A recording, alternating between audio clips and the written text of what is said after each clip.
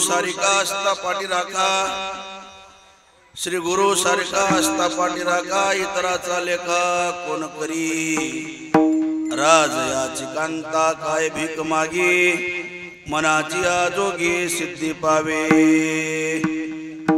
कल्पतरू तडवटी जो कोणी बैसला, काय वानू त्याला सांगा जोजी। राजयाची कांता काय भीक मागे, मनाची आजोगी सिद्धी पावे। ज्ञानदेव म्हणे तरलो तरलो, ज्ञानदेव म्हणे तरलो तरलो, आता उद्धरलो गुरुकृपे। राजयाची कांता काय भीक मागे, मनाची आजोगी सिद्धी पावे। विठ्ठला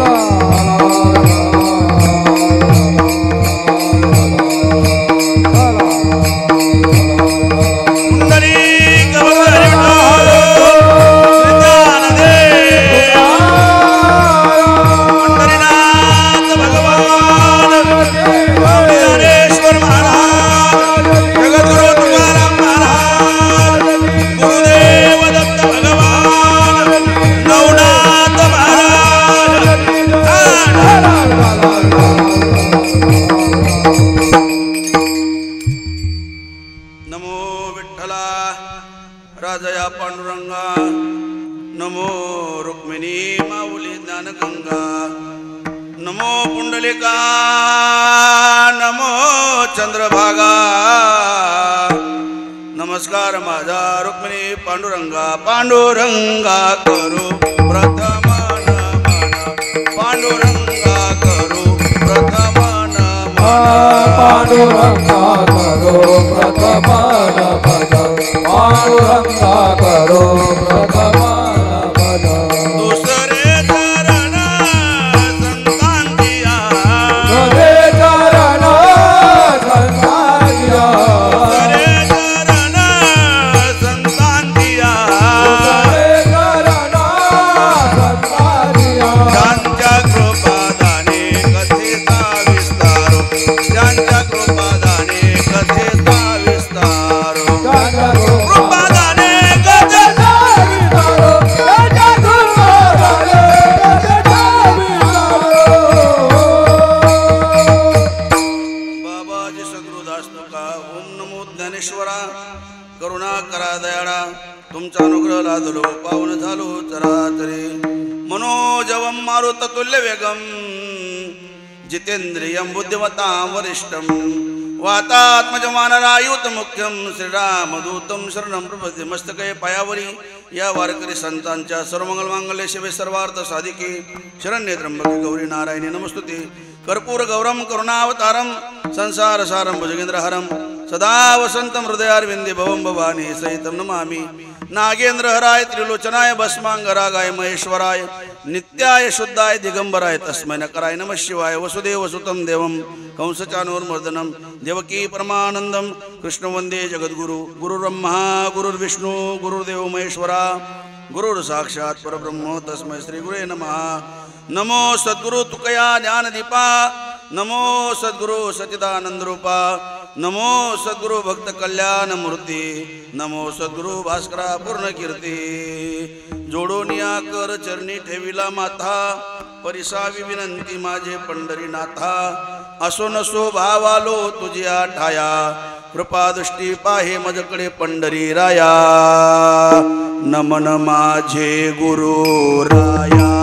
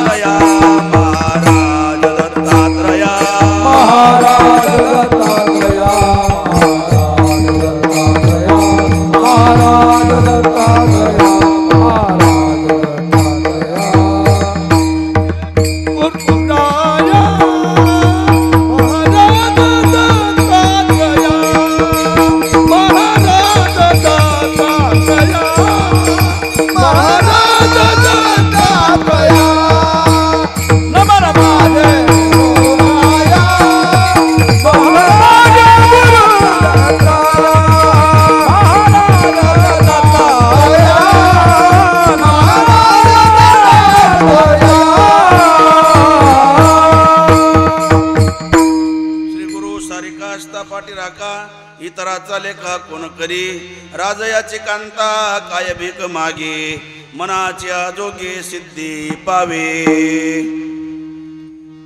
प्रस्तुत प्रसंगी प्राप्त स्थळी भगवत चरणारविंदी सेवेसाठी घेतलेला अभंग जगाची विश्वविख्यात असणाऱ्या माऊली ज्यांच्या हस्तकृपा झाल्यानंतर रेडा वेट बोलतो महाराज ज्यांनी बोट दाखल्याबरोबर भिंत चालते अशी असणारी अलंकापूर्वाशी असणारे ज्ञानोबाराय या ज्ञानोबारायांच्या गुरु परंपरेतील 4 चरणाचा हा सुंदर असा आणि श्री गुरूंचं महत्व सांगणारा अभंग आजच्या सेवेसाठी घेतलेला आहे. अभंग माऊली ज्ञानोबारायांचा आहे. ज्ञानोबाराय या अभंगातून सुंदर वर्णन करतात. श्री गुरु सारिका असता पाठी राखा इतरांचा लेखा कोण करी. जरा अवधान द्या, जरा लक्षपूर्वक आहे का. गुरु वेगळा, श्री गुरु वेगळा, सद्गुरु वेगळा आणि जगद्गुरु वेगळा. 4 प्रकारचे आहेत. माऊली म्हणतात श्री गुरु सारिका असता पाठी राखा. श्री गुरु काय करतो. गुरु परमार्थाचा मार्ग दाखवतो. श्री गुरु भगवंतापर्यंत घेऊन जातो. सद्गुरु मोक्ष मार्ग दाखवतो आणि जगद्गुरु या सर्वांचं एकत्रीकरण करून ज्याला मुक्ती देतो त्याला सद्गुरु असं म्हणतात महाराज. 4 प्रकारचे मुद्दे मी बोलून गेलो. या ठिकाणी 2 नंबरचा मुद्दा माऊली घेतात. श्री गुरु सारिका असता पाठी राखा. श्री गुरु सारखा जर पाठी राखा असला तर कुठल्या गोष्टीचा लेखाजोखा करायची गरज नाही. कोणाची गरजही भासत नाही. इतरांचा लेखा, इतरांची तुलना करता येत नाही महाराज. फक्त श्री गुरु आपल्या पाठीशी पाहिजे. पाठीशी जर श्री गुरु असले इतरांचा लेखा करायची गरज नाही, तुलना करायची गरज नाही. म्हणले महाराज असं का. कारण तुम्ही असं कधी पाहिलंय का एखाद्या राजाच्या पत्नीने उठावं जोडी धरून आणि भीक मागावी. कधी पाहिलं. बोला बोला पाहिलं. टेल टेल बोला बोला टेल टेल पाहिलं नाही. पाहिलं. राजाची पत्नी कधी भीक मागू शकत नाही कारण तिचा मालक राजा आहे. तसं भगवान परमात्मा हा आपला राजा आहे आणि भगवान परमात्म्याशी जे संलग्न आहेत ते संत मंडळी, ते सद्गुरु श्री गुरु हेही महाराज त्या भगवान परमात्म्याशी एकजुटीने संलग्न आहेत. म्हणून हेही राजे आहेत. यांनाही भीक मागायची गरज नाही. आणि लक्षात घ्या यांच्या जवळ जी आहेत त्यांनाही भीक मागायची गरजच नाही ना महाराज. का की गुरु आपलासा केलेला आहे. आणि महाराज सांगू तुम्हाला संत महात्म्यांच्या जवळ जितकं भांडार आहे तितकं कोणाजवळच नाही. संत उदार उदार भरले अनंत भांडार. किती आहे सांगता येणार नाही महाराज. अमाप आहे. आणि असे अमाप असणारे संतांना गुरु केलं किंवा त्यांचा अनुग्रह घेतला किंवा त्यांच्या जवळ गेलं, त्यांच्याशी संधान साधलं आणि तो गुरु जर तो श्री गुरु जर आपल्या पाठीशी असला तर आपल्याला गरज नाही महाराज. का समर्थाचे घरी सकळ संपदा नाही तुटी कदा कासयाची. समर्थ आहेत ते. भीक मागायची गरज नाही. राजयाची कांता काय भीक मागे मनाची आजोगी. जसं मनाला लागेल तशी तो सिद्धी प्राप्त करू शकतो असं या ठिकाणी माऊली वर्णन करतात. म्हणे असं कसं काय शक्य आहे. काही लोक तर्क काढतात. तर्क हे कुठला म्हणे महाराज तुम्ही हे जे काही बोलले ना याच्यावर आमची शंका आहे. बाबा रे ही वड्यात पंखा, वाईट गोष्टींचा डंका आणि कीर्तनात शंका अजिबात घेऊ नये माणसाने महाराज. आता घेतली तर निरसन करू आपण. चला काय शंका आहे बाबा तुझी. म्हणजे शंका अशी आहे तुम्ही म्हणतात श्री गुरु सारखा जर पाठीराखा असला इतराचा लेखाजोखा करायची गरज नाही आणि त्याला कुठे भीक मागायची गरज नाही कारण त्याच्या पाठीशी श्री गुरुचा हात आहे म्हणून कुठे भीक मागायची गरज नाही. मनाला लागेल तशी सिद्धी तो प्राप्त करू शकतो असं तुमचं म्हणणं आहे. म्हणजे याला अर्थ काय आहे. असं कशावरून सांगताय. महाराज सांगतात संत म्हणजे कल्पतरूचं झाड आहे आणि कल्पतरूच्या झाडाच्या बुडाशी जो बसला त्याची पूर्ण इच्छा पूर्ण होते महाराज. मनात आली ती इच्छा पूर्ण होते आणि तो पावतो महाराज त्याला. का? याला कारण आहे. मग तुम्ही म्हणाल महाराज संतच का? ऐका, कलियुगामध्ये संतच देव आहेत आणि देवच संत आहेत. देव ते संत, देव ते संत, निमित्त त्या प्रतिमा, निमित्त प्रतिमा आहेत, देवच संत आहेत. मग महाराज सांगतात देव म्हणजे काय? कल्पतरूचं झाड. संत म्हणजे काय? कल्पतरूचं झाड. तू का म्हणे आम्ही जी जी इच्छा करू ती ती कल्पतरू पुरवित असे. शास्त्रकार सांगतात पुरवतं महाराज. म्हणून महाराज सांगतात कल्पतरू तळवटी जो कोणी बैसला, काय वानो त्याला सांगायचं होती. काय त्याचं वर्णन करावं महाराज, त्याची सर्व इच्छा पूर्ण करतात. म्हणले महाराज तुम्ही म्हणताय, तुम्ही जे सांगताय हे आम्हाला मान्य आहे, पण याचा अनुभव तुम्ही स्वतः घेतला का? हा, कारण अनुभव शिवाय माणसाने बोलू नाही. मग तुम्ही स्वतः अनुभव घेतला? ज्ञानोबराय म्हणतात हो, मी माझा अनुभव घेतला आणि नवे मी माझ्या गुरुच्या कृपेने उद्धार बी झाला आणि मी तरलो सुद्धा. ज्ञानदेव म्हणे तरलो आता उद्धरो गुरुकृपे. राजयाची कांता काय भीक मागे, मनाची आजोगे सिद्धी पावे. हा झाला अभंगाचा सरळ भावार्थ. झाला आपलं कीर्तन. विठ्ठल विठ्ठल विठ्ठल.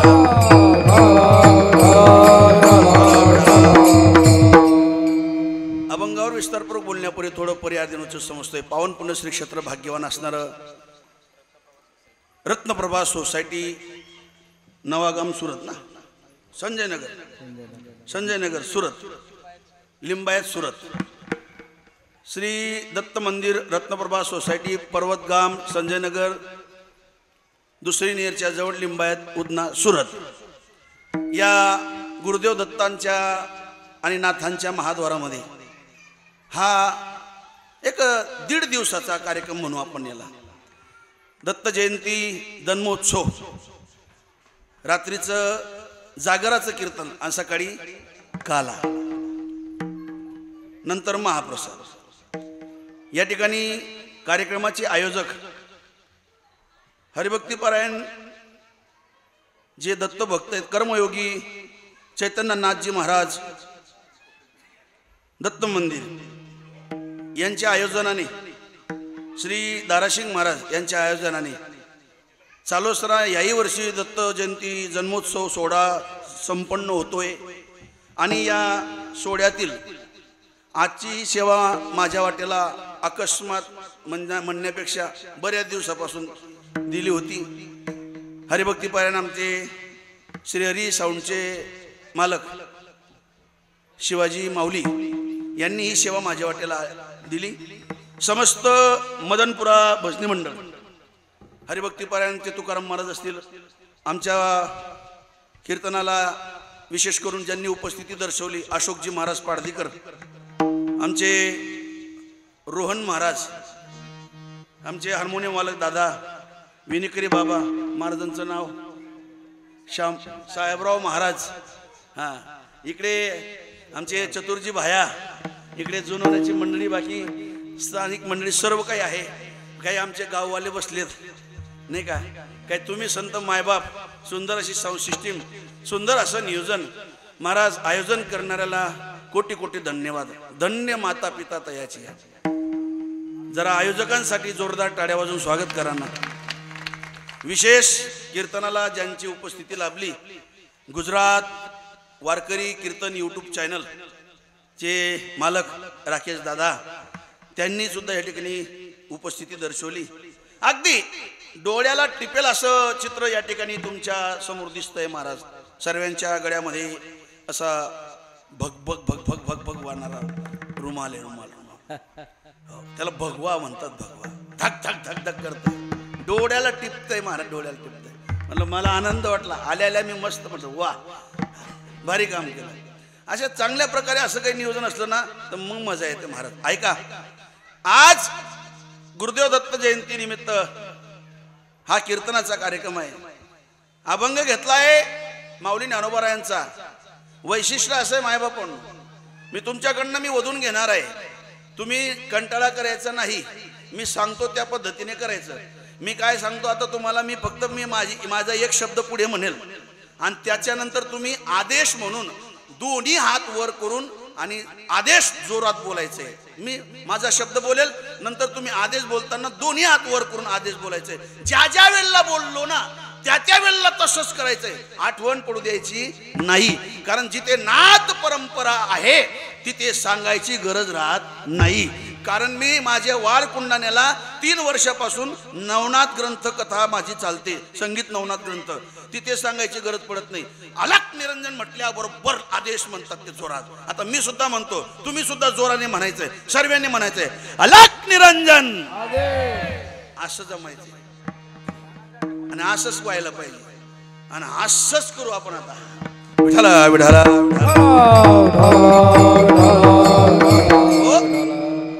कोरोनाचा कालावधी गेला मायबापांनो. 2 वर्ष मागे अनेक गेले, जवळचे गेले, लांबचे गेले, पैसावाला गेला, गरीब गेला, दानशूर गेला, कंजूस गेला. एवढंच नाही, मला एक भेटला म्हणे, महाराज चांगला चांगला घ्यात. काय म्हणे तो, चांगला चांगला घ्यात. मग त्याला म्हणतो रायल काय बानट येत का. चांगले चांगले गेले. कोण कोण गेले सांगतो. अरे ज्याच्यावरची माझ्या पंढरपूरच्या मालकाची व दत्त प्रभूची कृपा संपली ते गेले. ज्यांच्यावरची कृपा शिल्लक आहे ते कीर्तनाला येऊन बसलेत. महाराज लक्षात ठेवा. हा, जन्मजन्मी आम्ही बहु पुण्य केली तेव्हा या विठ्ठले कृपा केली. हा, काही खरंच आजाराने गेले, पण काही भीतीपोटी गेले. काहींना खरंच आजार होता महाराज म्हणून गेले, पण काही भीतीपोटी गेले. भीती अवघड असते मायबापांनो. भीती आली, संशय आल्याशिवाय राहत नाही, आणि संशयापेक्षा मोठं पाप कोणतंच नाही. म्हणून संशयावनी थोर अनिक पाप नाही घोर, विनाशाचे वागुर प्राण्यासी. महाराज, संशयापेक्षा मोठं पाप कोणतंच नाही. निर्भय जीवन जगावं माणसाने, निर्धास्त जीवन जगावं.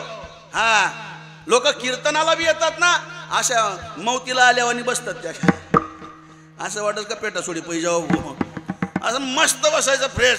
देवाच्या दरबारात आलोय आपण, जर फ्रेश राहिलो ना तर तो बी पाहतो, आणि महाराज तो आपल्याला कायमच्या कायम फ्रेश ठेवतो. लक्षात ठेवा. हा, कायम फ्रेश ठेवतो, कुठल्या गोष्टीचं दुःख येऊ देत नाही. आणि जर कायम जर रडका चेहरा घेऊन गेला देवाकडे, देवाला माहिती याले सवय गंधी असं, कायम ना रडस शिलगा यालत. अशी गंमत आहे महाराज. हा हा, चेहरा असा पाहिजे. अहो काहींचा चेहरा असा असतो शिवाजी महाराज, अहो खायला एक वेळची चटणीवर तेल नाही, पण चेहरा आहास आहे, आहातक. काय वाटतं की पाहतच राहावं. याला देवाने काय बनवलं, कितना प्यारा तुझे. नाही पुढे नाही, आपला आपलं राहू द्या. लोणच्या पुरतं घ्यायचं माणसाने, लोणच्या पुरतं. लोणच्यानं पोट नाही भरत ना. हा, महाराज एकदम चेहरा आहास आहे. आणि बाकी खायला इतकं असतं, काजू बदाम मावा पिस्ता गोडंबी डिंक खसखस नाही का, अनेक असतं महाराज, अनेक गोष्टी असतात. पण चेहरा विचारा तुम्ही, क्यों मी आप क्यों रोते होतो म्हणतो मेरी सुरती वैशी. त्याचा चेहरा तसा राहतो, समाधानी नाही राहत महाराज. एखाद्याला विचारलं ना, काय तात्या बरं आहे का, तात्या म्हणा बरं. इथला मय जीव करस त्या ना, सुखी नाही हो, समाधानी नाही महाराज, समाधानी नाही. हा, भीती नसली पाहिजे, निर्भय जीवन जगावं. का, तुम्ही जर भगवान परमात्माची भक्ती करत असाल तर तुम्हाला भीती बाळगायची गरज नाही, कारण तुमचं दुःख निवारण करणारा भगवान परमात्मा बसलेला आहे महाराज.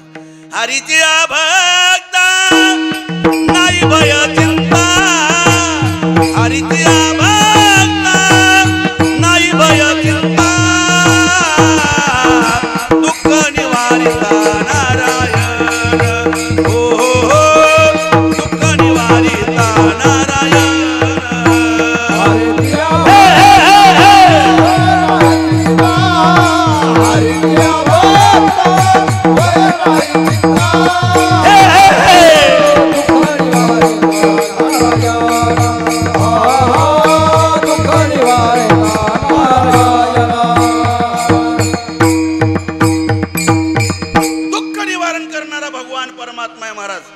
कुठल्या गोष्टीची भीती करायची गरज नाही, भीती बाळगायची गरज नाही महाराज. निर्भय जीवन जगावं. भीती अवघड असते महाराज, भीती किती अवघड असते एका मिनिटात सांगतो, लक्षपूर्वक ऐका. एक बाई कोरोनाची लस घेऊन आली, घरी आली ना आपल्या मालकाला सांगते, म्हणे का हो, म्हणे काय, मी आता कोरोना लस लिहून. म्हणे मग, म्हणे मना डोळ्यांसमोर अचानक बुरसड्डा काय राहणार. म्हणे बाप, त्याला उलटा घाम जायला लागला, उलटा घाम. त्याने मोबाईल काढला, डॉक्टर साहेबांना लावला. डॉक्टर साहेब म्हणे काय? माझी पत्नी आता तुमच्याकडनं कोरोनाची लस घेऊन आली म्हणे. मग हिला अचानक डोळ्यासमोर बुरसट दिसतंय म्हणे. मग काय करावं लागेल म्हणे? तुम्ही काहीच करू नका, तिला घेऊन डायरेक्ट दवाखान्यात या. पुन्हा घाम चालायला लागला. डॉक्टरनी बी सांग नाही काय होईन काय नाही. तिल बी घाम आणि याल बी घाम, पण उलटा होता. मोटरसायकल काढली, पत्नीला बसवलं, गाडी नेली महाराज दवाखान्यात आणि पटकर उभी केली. तिला उतरवलं, स्टँड लावला आणि सांगितलं ये तू हळूहळू, मी चालतो पुढे. गेला पळत पळत. डॉक्टर साहेब माझी पत्नी आता तुमच्याकडनं लस घेऊन गेली म्हणे. मग हिला अचानक डोळ्यासमोर बुरसट दिसतंय, काय कारण? तो डॉक्टर म्हणे कारण बिरण काही नाही, लस देवानंतर आई माऊली उठायला लागी, इना चष्मा या टाकी गे, मना चष्मा लगे म्हणून बुरसट डकाय राहिली. चष्मा बदल झाला, नंबर बदल झाला. आता नंबर बदल झाला, बुरसट मग काय काळपट्टीशीन का? भीती किती अवघड असते महाराज. निर्भय जीवन जगावं महाराज, बिनधास्त जीवन जगावं महाराज. लक्षात ठेवा. कारण देवाच्या दरबारात आलोय. जगाच्या पाठीवर सर्वात श्रेष्ठ संप्रदाय आहे तो म्हणजे वारकरी संप्रदाय. याच्यासारखा संप्रदाय कुठलाच नाही. मग का नाही? याला कारण आहे, याला परंपरा आहे महाराज. परंपरा कोणती परंपरा आहे? आदिनाथ गुरु सकळ सिद्धांचा मच्छिंद्र दयाचा मुख्य शिष्य. मच्छिंद्राने बोध गोरक्षाशी केला, गोरक्ष ओढला गैनी प्रती, गैनी प्रसादे निवृत्ती दातार ज्ञानदेव सार सुजविले. मच्छिंद्राने बोध गोरक्षाशी केला, गोरक्ष ओढला गैनी प्रती. गैनीनाथांपासून निवृत्तीनाथांपर्यंत आली, निवृत्तीनाथांपासून ज्ञानोबरायांपर्यंत आली, ज्ञानोबरायांपासून हैबतराव बाबांपर्यंत आली, हैबतराव बाबांपासून दांडेकर मामांपर्यंत आली, जोगमारांपर्यंत आली, जोगमारांपासून दांडेकर मामांपर्यंत आली, दांडेकर मामांपासून मोठे भावांपर्यंत आली, मोठे भावांपासून आपल्यापर्यंत आली. महाराज विठाला विठाला. परंपरा आहे. जगाच्या पाठीवर अनेक संप्रदाय आले आणि गेले, निस्तो नाबूद झाले. मला कोण्या संप्रदायाची टीका टिप्पणी करायची नाही, पण जगाच्या पाठीवर सर्वात श्रेष्ठ संप्रदाय वारकरी संप्रदायासारखा संप्रदाय नाही महाराज. या संप्रदायामध्ये लहान्यांनी सुद्धा मोठ्याला शिकवलंय आणि या संप्रदायामध्ये शिष्याने सुद्धा गुरुला शिकवलंय महाराज. लहान्याने मोठ्याला शिकवलं कसं महाराज सांगतो. 6.5 वर्षाची मुक्ताई साहेब आणि 1400 वर्षाचा चांगदेव. 65 ओव्यांचं कागदपत्र वाचता आलं नाही. शेवटी मुक्ताई साहेबांजवळ आले, हात जोडले, म्हणले मुक्ताई साहेब, आई साहेब मला याचा अर्थ सांगा. अर्थ बघा, 1400 वर्षाचं वय पण असंच निघून गेलं. काहीच नाही, वय जास्त पण सोय येत नाही. वयले दाखवायला राहतं ते नुसता, पण काहीच काम नाही राहत असं. मग म्हणतात ना धोरण नाही त्याला मरण बी नाही म्हणे, नाही का? अवघड असं मला काहीच सोय येत नाही. त्यांना बोलायला सोय नाही, काही वागायला सोय नाही. अनेक अवघड परिस्थिती. 1400 वर्षाचं चांगलं अधिकार नाही महाराज आपला त्यांना बोलायला. पत्र दिलं, आई साहेब याचा अर्थ सांगा. जेव्हा अर्थ सांगितला ना महाराज, चांगदेवांच्या डोळ्यातून अश्रूंच्या धारा व्हायला लागल्या, अंगाला क्षारे फुटले. चांगदेव महाराज आणि लोटांगण घातली महाराज आई साहेबांच्या पायावर. चांगदेव माने आधी जन्मालो, गुरुपुत्र झालो मुक्ताईचा, गुरुपुत्र झालो मुक्ताईचा.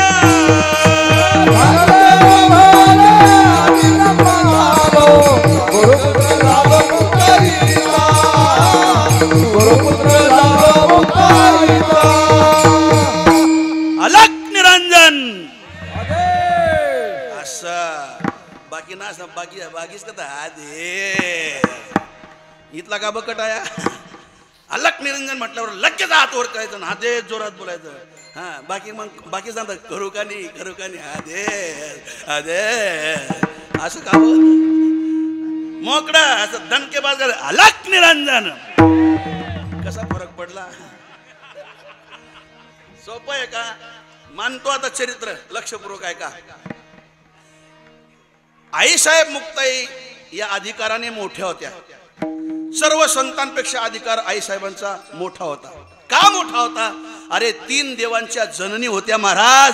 आदत्रये जननी देवाती, आदत्रये जननी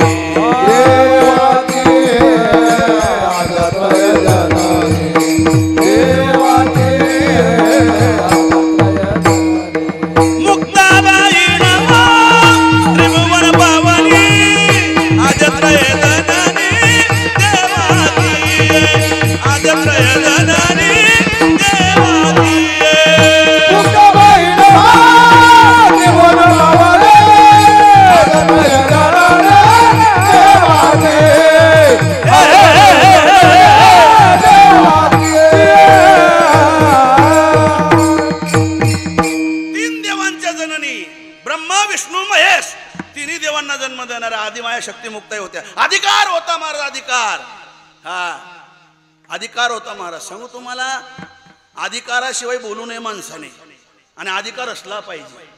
अधिकार असला तर बोलता येतं महाराज. आधी करावं मग सांगावं, अगोदर अनुभव घ्यावा मग लोकांना सांगा. अनुभव आले अंगा ते या जगा देत, किंवा तुका म्हणेचा कोणी सांगे माझा अनुभव आहे अंगे. अधिकार प्राप्त म्हणून घ्यावा लागतो महाराज. अधिकार तपासावा लागतो महाराज. संतांचा अधिकार तपासला मुक्ताई साहेबांनी. किती अधिकार होता. संत मांदियाडी बसली महाराज वाळवंटामध्ये. सर्व महात्मे संत महात्मे बसलेले आहेत. तोपर्यंत नामदेवराय आले. नामदेवरायला पाहिलं आणि पाहिल्यानंतर सर्व संत उभं राहिले, नमस्कार केला नामदेवरायांना. पण मुक्ताई साहेबनी जात होत्या महाराज पुढे. मुक्ताई साहेब बाजूलाच थांबल्या. निवृत्तीनाथांनी इशारा केला, ए मुक्ते अगं जा ना, पायात पड. नाही मिंजत पाया पडायला. लहानशी होती मुक्ताई साहेब. अगं जा, नामदेवराय आले पाया पड. दादा मिंजत पाया पड. अगं मुक्ते जा ना, नाही सांगितलं ना. नाथ म्हणू लागले, तू लई तुझा हट्टी स्वभाव आहे आणि हा हट्टी स्वभाव तू सोडत नाही. अगं नामदेवराय आहेत, अधिकार आहे त्यांचा. देव त्यांच्याशी बोलतात. अगं देव त्यांच्या हातून जेवण करतात, देव त्यांच्या हातून दूध पितात. त्यांना देव खुर्ची देतात. स्वतःची आपुले पद देई दासा. स्वतःची खुर्चीसाठी किती बट्ट्या पड चालू आहे तुम्हाला माहिती आहे. पण महाराज खुर्ची भगवान परमात्मा नामदेवरायला देतो. एवढा अधिकार नामदेवरायचा. मुक्ते का गेली नाही. म्हणे दादा तुम्हाला पाया पडायचे, तुम्ही अजून 2-2दा पाया पडा, पण मी जाणार नाही. म्हणे का. म्हणजे त्यांचा अधिकारच तो नाही अजून, तो कच्चे. ते कच्चं म्हण काय, ते कच्चं कसं पार खायचं त्याला. तोपर्यंत सर्व संतांमध्ये ज्येष्ठ संत गोरोबा काका तिकडनं आले. काका संतांमध्ये काका पदवी ही फक्त 2च संतांना होती. एक म्हणजे गोरोबा काका आणि एक दुसरे म्हणजे सोपान काका. दुसरेच काका नाही. हो हो काका ते काका गोरोबा काका आणि सोपान काका. बाकीचे काका भक्ती टकामका. काकाच ना फरक आहे. अधिकार होता महाराज. आले काका, हातात थापट नाही. आणि मुक्ताई साहेबांनी सहज हाक मारली, काका. गोरोबा काकांनी मुक्ताईकडे पाहिलं. बोला आई साहेब, केवढ्या मोठ्या संतांनी काय म्हणावं एवढ्याशा पोरीला. बोला आई साहेब काय आज्ञा. महाराज अधिकार तपासून पाहणं गरजेचं आहे. म्हणले मुक्ताई साहेब म्हणतात, काका जरा तपासा ना, कोणतं मडकं कच्चन कोणतं मडकं पक्क आहे बघा बरं. महाराज मडकं तपासायला लावलं. सांगू का तुम्हाला, दृष्टांत आठवलं म्हणून सांगतो. काशीचा कोतवाल 18 संतांपैकी एक दादू पिंजारी नावाचा संत होऊन गेले. दादू पिंजारी नावाच्या संतांना भेटण्यासाठी काशीचा कोतवाल आला. लक्षपूर्वक आहे का. काशीचा कोतवाल आला आणि दादू पिंजारीला भेटायचं होतं. एक कपाडी गोपीचंदन टेडा लावलेला वारकऱ्याच्या पोशात असणारा महात्मा एक झाडू हातात धरून आणि झाडत होता, अंगण गली झाडत होता. तोपर्यंत ते कोतवाल आले आणि आल्यानंतर त्या कोतवालाने त्या झाडणाऱ्या माणसाला विचारलं, बोले पंडित जी यहाँ दादू पिंजारी नाम के संत रहते, कहाँ मिलेगी, बताएंगे आप. लांब अशी छोटीशी झोपडी होती गवताची बांधलेली. त्या झाडणाऱ्या माणसाने सांगितलं, ओ कुटिया दिखाई दे रही ना, वो कुटिया में दादू पिंजारी नाम के संत रहते, महात्मा रहते. महाराज या कोतवालाने विचार नाही केलं, अशी शर्टाची बाही मागे केली आणि झाड दिशी लावली झाडणाऱ्या माणसाच्या कानात. बोले मूर्ख हो आप, इतने बड़े महान संत क्या इतनी सी कुटिया में रहेंगे क्या, उनका तो बड़ा महल होगा.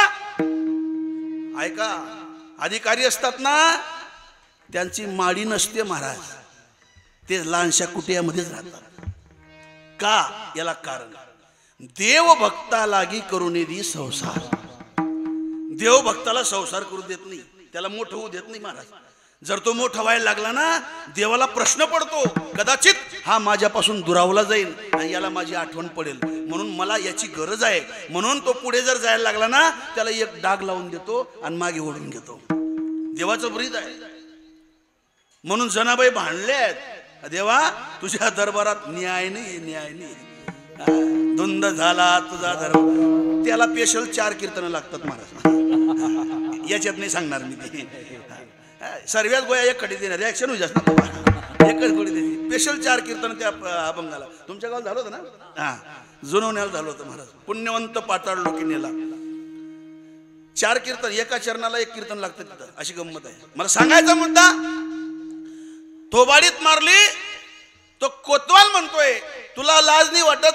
महात्मा येतो एवढ्याशा कुट्यामध्ये राहीन का? म्हणे हो बाबा मी सांगतोय तुम्हाला, दादू पुजारी नावाचा संत त्या झोपडीमध्ये राहतो, जा तुम्ही निघा. महाराज निघाला कोतवाल. ती झोपडीची ताटी उघडली, दरवाजा उघडला. मध्ये एक चक्कर म्हातारा माळ जपत बसलेला होता, 70-75 वर्षाचा. त्याने विचारलं कोतवालाने, बोले पंडित जी यहाँ दादू पिंजारी नाम के संत रहते हैं, कहाँ मिलेंगे? त्यावेळेस तो बसलेला म्हातारानं काय सांगितलं, दादू पिंजारी नाम के संत. तो लांब तो झाडलोट करतोय ना, तोच दादू पिंजारी म्हणे. महाराज अंगाला शारे फुटले बिचाऱ्याला आणि पळत पळत गेला महाराज आणि पाय धरले. हो मी नास्तिक नाही हो, मला तुम्हाला मारण्याचा हेतू नाही होता हो, पण मला कल्पनाच नाही तुम्ही दादू पिंजारी आहात म्हणून. अरे माझ्याकडनं मारले गेले हो, तुम्हाला क्षमा करा. तो रडायला लागला महाराज कोतवाल. त्यावेळेस त्या दादू पिंजारीने त्याला उत्तर दिलं कोतवालाला. म्हणले रे दादा उठ. कोतवाला काय फरक पडला तू मला 1 थापट मारली तर? अरे संसार करणारे लोक जर कुंभार दादाकडे गेले 2 तास लागणारं मडकं 3-3दा तपासून पाहतात.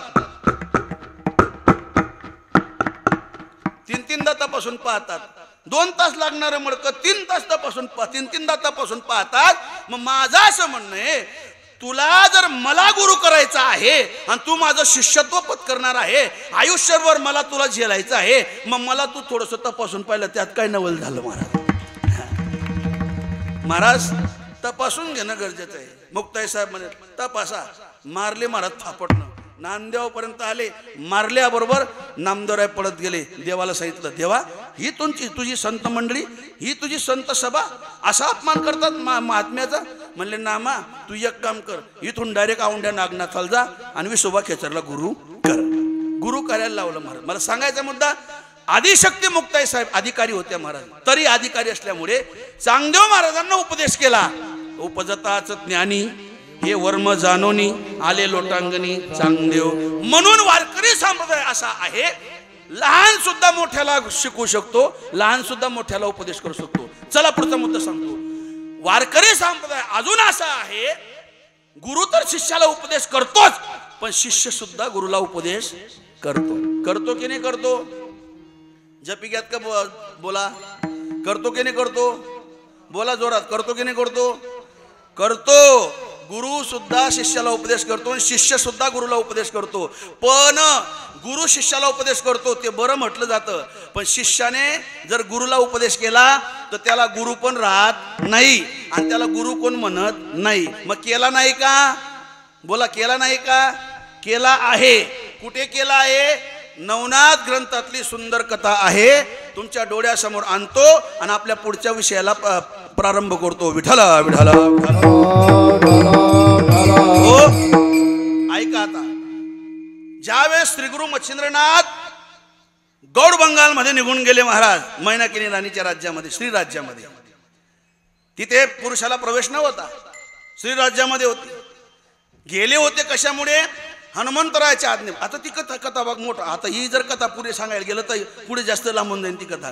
हनुमंतरायांचं त्यांचं युद्ध झालं, एकमेकांची शक्ती कळाली, एकमेकांचा अधिकार कळाला. हनुमंतरायाच्या आज्ञानुसार मच्छिंद्रनाथांना त्या श्री राज्यामध्ये जावं लागलं. गेले. मग श्री गुरु गोरक्षनाथ पाहताय आपल्या गुरुची वाट, गुरुच्या शोधार्थ निघाले. त्यांना मध्ये कानिपनाथ भेटले. कानिपनाथाने विचारलं, गोरक्षनाथ हा आदेश आदेश कहा जा रहे हो, कहा घुम रहे? म्हणले माझ्या गुरुच्या शोधार्थ मी फिरतोय, मला गुरुचा शोध करायचा आहे. म्हणले बरं बरं बरं बरं.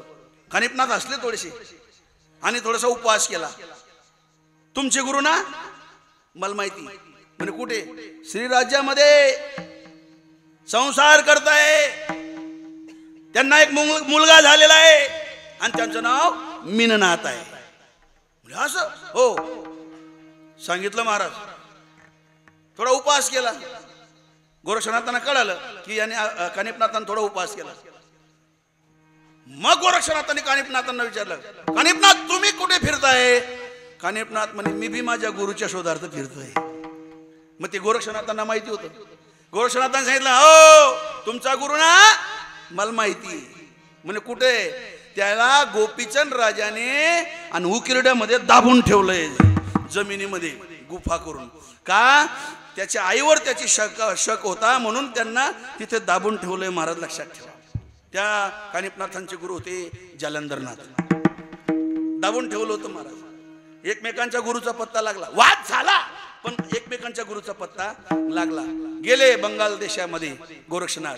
आता जास्त विस्तारपूर्वक सांगते, धावत्या प्रकारे सांगतो. तिथे स्त्रियांचा कळप जात होता. स्त्रियांचा असा 5-10-15 स्त्रिया होत्या. त्या जात होत्या महाराज. जमाव जात होता त्या नगरीमध्ये प्रवेश करत. गोरक्षनाथाने पाहिलं. थांबा थांबा म्हणजे थांबलं. काय तुम्ही कुठे चालल्या? म्हणे राणीच्या राज्यामध्ये. का? कला संस्कृतीचा कार्यक्रम आहे. आम्हाला तिथे नाचकाम करायला बोलवलेलं आहे, गायन करायला बोलवलेलं आहे. बरं बरं बरं बरं मग मी येऊ तुमच्या बरोबर. पण मग तिथे पुरुषाला प्रवेश नाही ना आणि तुम्ही तर पुरुष आहात. म्हणजे नाही माझी तयारीने मी येतो, तुम्ही टेन्शन नका घेऊ, मी माझी तयारी करतो. बरोबर आहे पण आमच्याकडे जे हे साहित्य आहे या साहित्यामधलं तुम्हाला काही एखादी वस्तू येते का? विणा वाजवता येतो का? पेटी वाजवता येते का? पखवाज वाजवता येतो का? टाळ वाजवता येतो का गायन करता येतं? याच्यातलं काही येत असेल तर आमच्या बरोबर या. आणि जर काहीच येत नाही होई तर आठे उभाच राहू नका, निघा. म्हणले येतो. म्हणे काय? पखवाज वाजवता येतो. ठीक आहे मग चला. स्त्री रूप धारण केलं. सर्व दिशा बांधल्या. का? तिथे स्त्री राज्यामध्ये हनुमंतराय यायचे आणि रात्री हनुमंतराय सीमेवरून बुबुकार द्यायचे. परिणाम जेवढ्या स्त्रिया होत्या तेवढ्या गरोदर व्हायच्या आणि पुरुष राहायचा ना मरून जायचा महाराज. अशी गंमत. सर्व दिशा बांधल्या. सर्व दिशा बांधून सीमा बांधून आणि मग आतमध्ये गोरक्षनाथ शिरले. स्त्रीरूप धारण केलं. पखवाज गळ्यात टाकला आणि गेले महाराज राजवाड्यामध्ये. मैनाकिनी राणी, श्री गुरु मच्छिंद्रनाथ आणि मध्ये बसलेले मीननाथ त्यांचा मुलगा सिंहासनावर. आणि कार्यक्रम चालू झाला. आता लांबून काय इशारा करायचा गुरुजींना म्हणून फिरता फिरता फिरता फिरता बरोबर सिंहासनापर्यंत आले. आणि सिंहासनापर्यंत आल्यानंतर गुरुजींकडे तोंड केलं श्री गुरु गोरक्षनाथांनी. आणि गोरक्षनाथांनी असा विचार केला, आता जर हाताच्या खुणा केल्या तर मैनाकिनी राणीला ओळख होईल आणि ती मला यांना घेऊन जाऊ देणार नाही. मग काय करावं? कसं खुणवायचं? ऐका, खुणवणारा बी हुशार पाहिजे आणि ज्याला खुणान नसे तो बी हुशार पाहिजे. खुणवणारा हुशार राहतो पण ज्याला खुणवायचं तो बानट राहत, त्याला उमजत नाही. एकाकडे पाहुणे आले मुलीला पाहायला. त्यानं सांगितलं मुलाला, जा रे लहान काकाला बोलून आण. गेला तो बोलवायला. आला त्याचा लहान भाऊ.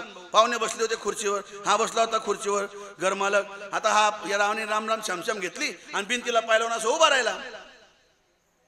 आता घरात कपशींचा आवाज आला. मग त्याला खुणवायचं होतं लहान भावाला. मोठ्या भावाने लहान भावाला खुणवायचं होतं की घरात चहा तयार झाला, चहा घेऊन येऊ असं. फक्त पाहुण्यांना समजू द्यायचं नव्हतं. मग त्याने त्याला खुणवलं. हे अवबानट होता, याला उमजे नाही. म्हणे अरे तो म्हणे मी घर जाऊ. अरे घर नको जाऊ, चालय. खुणवणारा हुशार आहे पण ज्याला खुणवायचं तो बानट आहे. जागर काल्याचं कीर्तन होतं. जागरचं कीर्तन झालं. सकाळी काला बाकी होता. काल्याच्या अगोदर एक ग्रस्त आला. म्हणे महाराज चला आपल्याकडे नाश्ता वगैरे करू, चहा पाणी. म्हटलं नका, जाऊ दे. नाही म्हणे चला चाल चलो. म्हटलं नाही हो जाऊ दे. चला चला. गेलो महाराज. तो पुढे, मी त्यान मागे. तो पायऱ्या चढना, मी बी पायऱ्या चढणू. तो क्वार्टर बसना, मी बी क्वार्टर बसणू. मग मी पाणी होणं, चहा होणं, पोहे होणं. चहा पाणी पोहे वगैरे. मी विचार करायला लागून का हो बिगर विचारानं नियोजन करत होतो तुम्ही असं. मला विचारतो खरी. समजा मी नाही येतो मग हे नियोजन वाया गेलं असतं ना. असं पहिले कशाला सांगू? नाही म्हणे महाराज पहिले कशाला सांगितलं? आपण आलो ना मी तेव्हाच सांगितलं. अजिबात नाही. तुम्ही पहिले सांगून आले, कारण तुम्ही घरात गेले नाही, तिथंही बाहेर आले तेव्हा तुम्ही बोलले नाही. आणि मग कसं काय सांगितलं? म्हणे महाराज तुम्हाला लक्ष नाही, आपण उन्हत ना तर वयच सांगा. मी म्हटलं कसं काय सांगा बरं? म्हणे आपण इराण दूत का? म्हणतं हां. मी पुढे होतो का? म्हणतं हां. तुम्ही मन मागे होतात का? म्हणतं हां. मग आपण पायऱ्या चढण दूत का? म्हणतं हां. मग मी 3 डाव खाकारा का? म्हणतं हां. पाणी चहा पोहे. म्हणतो वा वा वा वा. याले म्हणो खुनव ना. त्याले म्हणतं आमना कीर्तनकार खगारी कगारी लंबा गोशी घेत तरी कर म्हणजे काही जेव्हा नाही. अशी गंमत आहे. भाग्यवान असेल ती माऊली. त्याला म्हटलं समजा जवळ ना पाहुणा येईल शेण जेवण करा शिवाय जाऊ देणं नाही. चौथा खकारा ठोका बोगना मध्ये एवढी मारदेस म्हणे. आणि म्हणतो समजा पैसा आलेल शेती याज ना, याज बी देत नाही, मुद्दल बी देत नाही, फोन करू उचलत नाही, जावं ते भेटत नाही, आणि कधी मध्ये लागणार याला काहीच देणं नाही. मग काही नाही म्हणे चढो पायऱ्या चढत असताना बाईंकडे दाखव वाकडं तोंड कर देऊ घर काही येत नाही म्हणे, काही जेवण नाही. याला म्हणतात खुनवणं महाराज. हा आता खुनवायचंय श्रीगुरूंना. कसं खुनवायचं? श्रीरूप धारण केलं होतं गोरक्षनाथांनी. गड्यामध्ये पखवाज टाकलेला होता आणि मग पखवाजाचा बोल उमटवला. चलो मच्छिंदर गोरख आया. डाळी हा हा. चलो मच्छिंदर गोरख आया. चलो मच्छिंदर गोरख आया. चलो मच्छिंदर गोरख आया. गोरख आया. चलो मच्छिंदर गोरख आया. चलो मच्छिंदर गोरख चलो मच्छिंदर गोरख आया. चलो मच्छिंदर गोरख आया. चलो मच्छिंदर गोरख आया. चलो मच्छिंदर गोरख आया. चलो मच्छिंदर गोरख आया. चलो मच्छिंदर गोरख आया. अलग निरंजन महाराज खुनवलं. आणि खुनवल्यानंतर महाराज गोरक्षनाथांनी आणि मच्छिंद्रनाथांची नजरानजर झाली. मच्छिंद्रनाथांना कळालं की माझा शिष्य मला घेऊन जायला आलेला आहे. मच्छिंद्रनाथ उठले आणि उठल्यानंतर गेले गोरक्षांकडे. गोरक्षा अरे ये क्या लिबास बना लिया? गुरुजी ये तो आपके लिए, आपको ले जाने के लिए आया हूं. चलो अभी चला माझ्या बरोबर. ही माया सोडा. सोडावे श्रीराज अन सोडावी ती माया. सोडावे श्रीराज अन सोडावी ती माया. सोडावी ती माया. चलो मच्छिंदर गोरख आया. चलो मच्छिंदर गोरख आया. चलो मच्छिंदर गोरख आया. चलो मच्छिंदर गोरख आया. सोडावे श्रीराजान सोडावी ती माया. सोडावे श्रीराजान सोडावी ती माया. सोडावी ती माया. चलो मच्छिंदर गोरख आया. चलो मच्छिंदर गोरख आया. हरे हरे हरे. चलो मच्छिंदर गोरख आया. चलो मच्छिंदर गोरख आया. लख निरंजन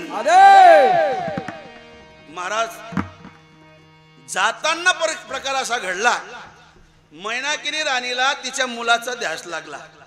मैनाकिनी राणी म्हणते स्वामी तुम्ही चालले, पण मग आता तुम्ही गेल्यानंतर तुम्ही इथं होते म्हणून सीमा बांधली होती, म्हणून मीननाथला काही होत नव्हतं. मीननाथ हा पुरुष आहे म्हणजे मुलाच्या रूपात आहे.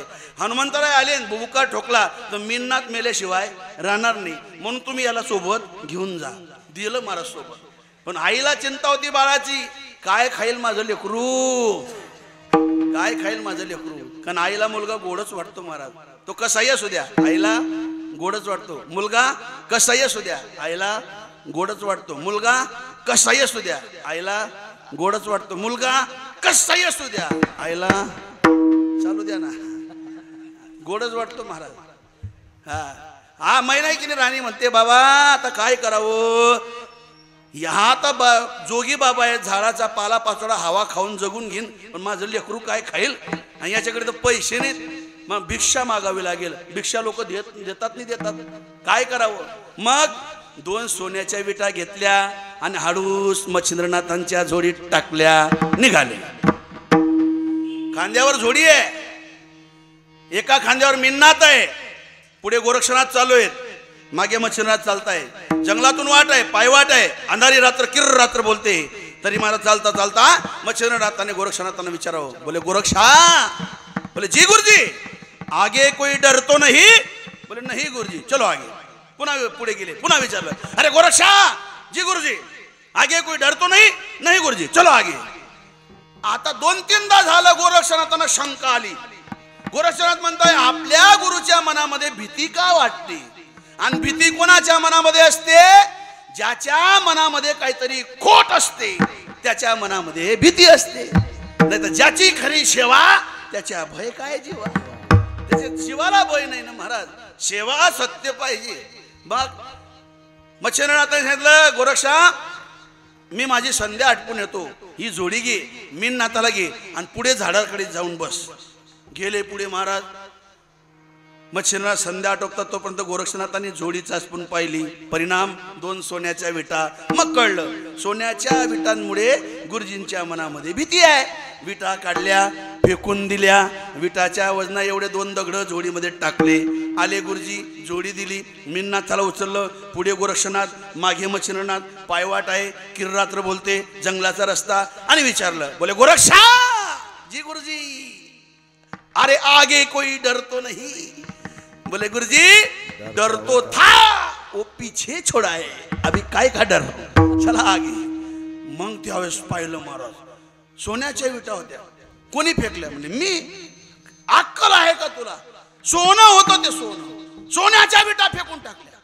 सोन्याला फेकतात का? रागाने लालबुंद झाले मच्छिंद्रनाथ. आणि त्यावेळेस गुरुला शिष्याने उपदेश केला महाराज. त्यावेळेस शिष्य म्हणतोय, गोरक्षनाथ महाराज म्हणताय, गुरुजी, आपला अधिकार काय आहे हे सांगू का तुम्हाला? अरे 2 सोन्याच्या विटासाठी बांधतात, आपला अधिकार सांगतो. म्हणजे काय आपला अधिकार? हात घातला जोडीमध्ये, बबुती घेतली आणि अलक निरंजन आदेश म्हणून बबुती झोकली महाराज.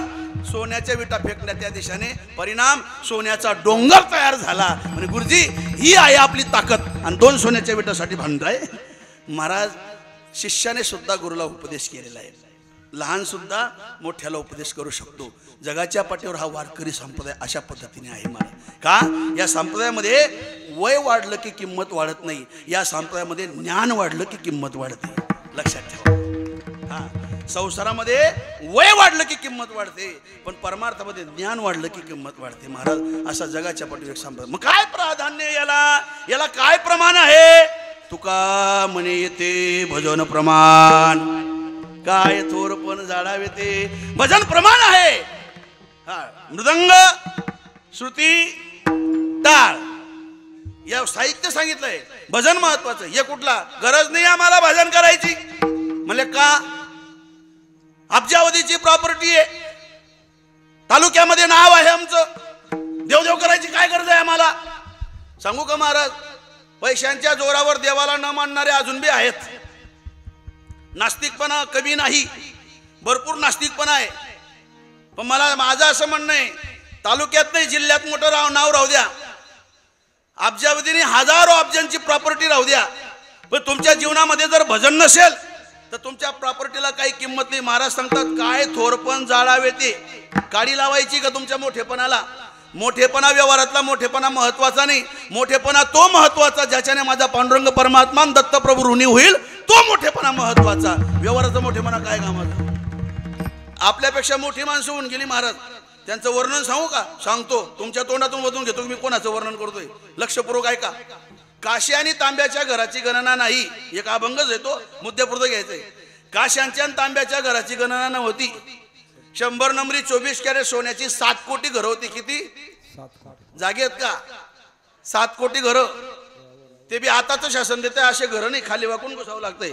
याच्या पुढे शासन असे घरं देईल, सरपटून घुसावं लागेल, तगडी धरून बोलावं लागेल. काय घरं देत आहे? मोठी मोठी घरं होती. एका घराचं क्षेत्रफळ सांगतो ऐका. एका घराच्या मेन चौकटीला 22.5 क्विंटल सोनं होतं. किती? 22.5 क्विंटल. ग्रॅम नाही, क्विंटल. 22.5 क्विंटल गुणिले 7 कोटी करा हिशोब, किती सोनं असेल? बरं, या घराचा जो मालक आहे तो जेवायला बसायचा ना, त्याची जेवणाची थाळी होती सोन्याची 15 किलो 600 ग्रॅमची एकच. अशा किती होत्या? 15 किलो 600 ग्रॅमची जेवणाची थाळी होती सोन्याची एकच. कशाची होती? कशाची? आपला सोन्याने नाही, अहो घरामधला सोन्याने नाही, सोन्याची ताडी. कोणाचं वर्णन करतोय मी? काय गोड उत्तर दिलं? रावणाचं वर्णन करतोय. कोण होता रावण? डेप्युटी सरपंच. कोण होता? मी जात थोडी विचारली तरी, आणि मी एवढं वर्णन करतो तो का म्हणा शास्त्र थोडी लागी. ऐका, त्याचा अधिकार सांगतो. कैलास पर्वताला ज्याने हलवलं, भोलेनाथाला ज्याने प्रसन्न केलं, असा तो रावण. समुद्राचा वेढा, लंकेचा राजा, समुद्राचा वेढा, 33 कोटी देव ताब्यात, गणपती गाढ वचारायला, 9 ग्रहाच्या पायऱ्या, शनिदेवाच्या पाठीवर पाय, 80,000 पत्न्या, 1 लाख मुलं, 1.25 लाख नातू आणि 1.25 लाख पंतू. कोणा? हा. जर विधानसभा मठा राहिले तर अख्खा पॅनल घरना होता. एवढं मोठं पण रावणाचं. याच्या मोठेपणा पुढे आपला मोठेपणा लागतो तरी कुठे? आपला आहे तरी काय?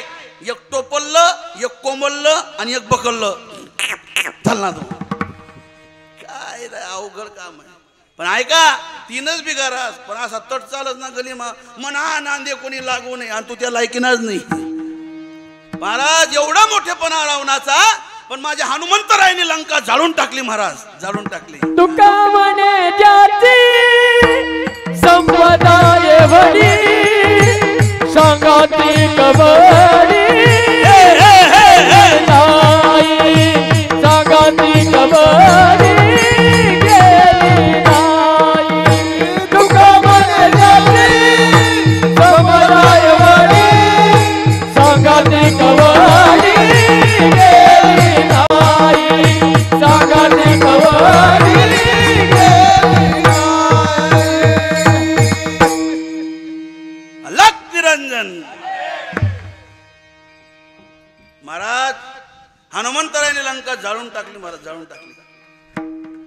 सोन्याची लंका जाळली. एवढं मोठं पण रावणाचं. सोन्याची लंका हनुमंताने जाळली. विचारलं हनुमंता, रावणाची सोन्याची लंका जाळली कारण काय? हनुमंतराय हसले आणि हनुमंतरायाने हसून उत्तर दिलं, मी रावणाची सोन्याची लंका जाळली याच्या मागचं एकमेव कारण, त्या लंकेमध्ये रामाचं भजनच नव्हतं, आणि जिथे रामाचं भजन नाही ती सोनानी जरी होई तिला काय.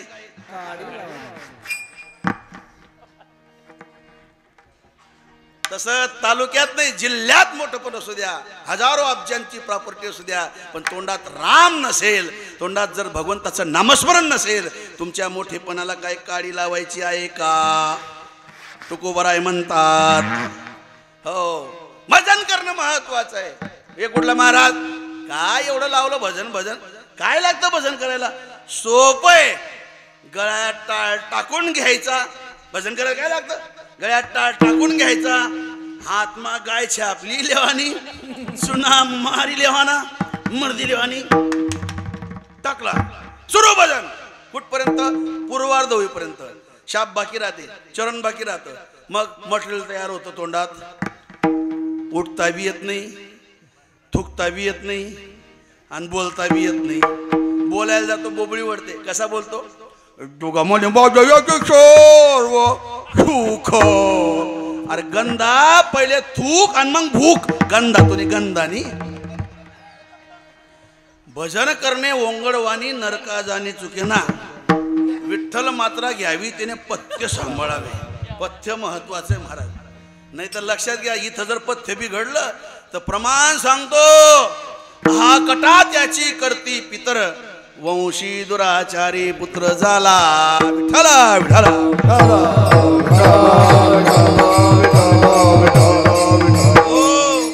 म्हणून महाराज सांभाळून सर्व काही करायचं. सांभाळा, संप्रदाय सांभाळा, देश सांभाळा, धर्म सांभाळा, हा आपले परिवार सांभाळा, नातं गोतं सांभाळा, जोपासा. प्रेम असू द्या एकमेकांमध्ये. महाराज सोपं नाही हो. प्रेम राहिलं नाही बाबा, एकमेकांमध्ये प्रेम नाही राहिलं. अरे भाऊ भावाची पायरी चढत नाही, प्रेम गेलं महाराज. हो, धर्म शिकवणारे भरपूर धर्म शिकवतात. मायबापांनो ऐका ना, धर्म शिकवणारे भरपूर धर्म शिकवतात, पण जो धर्म शिकवतो आहे त्याला धर्माची व्याख्या माहिती अजून नाही. त्याला धर्माची व्याख्या माहित नाही. खरा धर्म कोणाला म्हणतात सांगतो ऐका. खरा धर्म त्यालाच म्हणतात माणसाने माणसासोबत माणसासारखं वागणं, यालाच माणुसकी धर्म म्हणतात. लक्षात ठेवा महाराज. साने गुरुजींचं वाक्य आहे, करा तो एकचे धर्म जगाला प्रेमार पावे. करा तो एकचे धर्म जगाला प्रेमार पावे. करा तो एकचे धर्म जगाला प्रेमार पावे. करा तो एकचे धर्म जगाला प्रेमार पावे. कुणाना व्यर्थही नवावे, कुणाना व्यर्थशी नवावे. समाजा बंधू मानावे जगाला प्रेमार पावे. करा तो एकची धर्म जगाला प्रेमार पावे. करा तो एकचे धर्म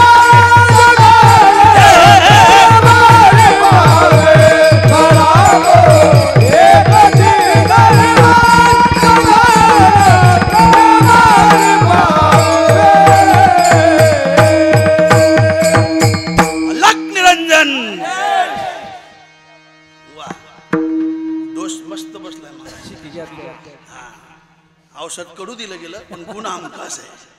हा, आजच्या दिवसाला तरी तुम्ही या नाथांच्या दरबारात पुण्यच घेऊन जाशाल. पुण्यच भरपूर पुण्य घेऊन जाशाल तुम्ही आज. एवढंच करून फक्त बस. तुना काय सांगता नाही यावं मला. मी तुला नाही सांगू. जाऊ दे महाराज. प्रेमाने बोला, प्रेमाने वागा. प्रेम महत्वाचं आहे महाराज. प्रेम महत्वाचं आहे. भजन करताना सुद्धा प्रेमच पाहिजे. प्रेमाविन भजन अर्थाविन पोथी वाचून काय. अर्थाविन पोथी वाचून काय. अर्थाविन पोथी वाचून काय. अर्थाविन पोथी वाचून काय. प्रेमाशिवाय भजन नाही, नाकाशिवाय मोती नाही, तसा अर्थाशिवाय पोथी नाही महाराज. पोथीचा अर्थ कोण सांगेन? संत महात्मे गुरु सांगतात ना. व्यासपीठाला जो असतो तो गुरुच असतो ना. गुरु सांगतात ना. मग त्यांचं अनुकरण करायला पाहिजे. ते जसं सांगतात ना तसं अनुकरण करायला पाहिजे महाराज. पण ऐका ना, सांगणारही तसा शास्त्रोक्त पद्धतीचा असला पाहिजे बरं का. हा, नाही तर कलियुगामध्ये गुरुं चेला आणि एक मेले में ठेलम ठेला आणि चालणं अवघड काम आहे. नाही महाराज ऐका, गुरु आणि पाणी या दोन गोष्टी महत्वाच्या आहेत. पाणी पिना छान के, गुरु करना पहचान के. तपासून गुरु करा. जसं त्या दादू पिंजरीला त्या काशीच्या कोतवालाने तपासलं ना, तसं नका तपासून. तर तुम्ही लेसा टिपर आणि मग चला गुरु करा. कशाला? नाही, शक्य नाही महाराज. ऐका, त्याचं ज्ञान तपासा, त्याचा अधिकार तपासा महाराज. मग गुरु करणं जीवनामध्ये महत्वाचं आहे. कारण गुरुशिवाय माणसाने मरू नये महाराज. लक्षात ठेवा, गुरु केल्याविना माणसाने मरू नये. प्रत्येकाला गुरुविना अनुभव कैसा कळे. बाबाशिवाय देव कळत नाही आणि गुरुशिवाय अनुभव कळत नाही.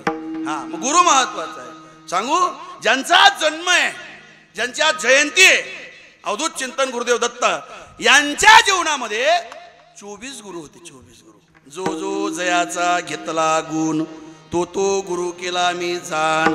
दत्तचरित्रामध्ये, गुरुचरित्रामध्ये, सुंदर पारायणामध्ये काही श्लोक आलेत महाराज. ज्याचा जो गुण आवडला तो गुण. पिंगळा वेश्या गुरु, कोळी गुरु, चंद्र गुरु, सूर्य गुरु. महाराज हे ज्यांचा गुण आवडला त्यांना भगवान दत्तात्रयांनी गुरु केले महाराज. म्हणून त्यांना स्वतः गुरु करता करता स्वतः गुरुपद प्राप्त झालं आणि म्हणून गुरुदेव दत्तात्रय म्हणतात महाराज. लक्षात ठेवा.